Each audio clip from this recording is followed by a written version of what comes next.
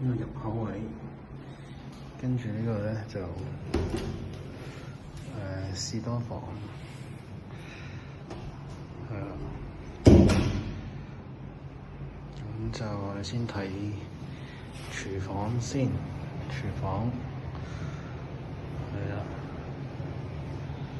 跟住咧就呢個廁所，廁所呢個新整嘅。咁啊，熱水爐新嘅啦，有洗衣機位，馬桶都新嘅。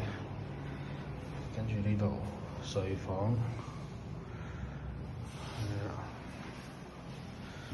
往出邊嘅。咁就另外呢間睡房就稍微再大少少。咁就上邊有個儲物空間。係啦，咁啊裝修完㗎啦。